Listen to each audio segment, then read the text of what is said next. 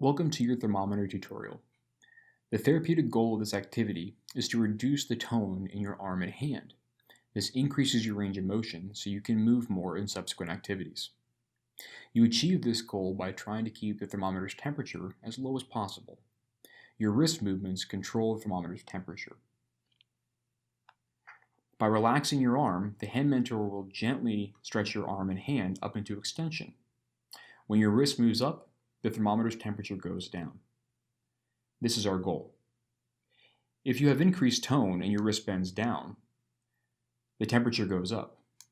That's okay, just do your best to relax and the hand mentor will assist you.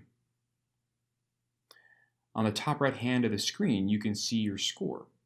As you relax more, the score will increase.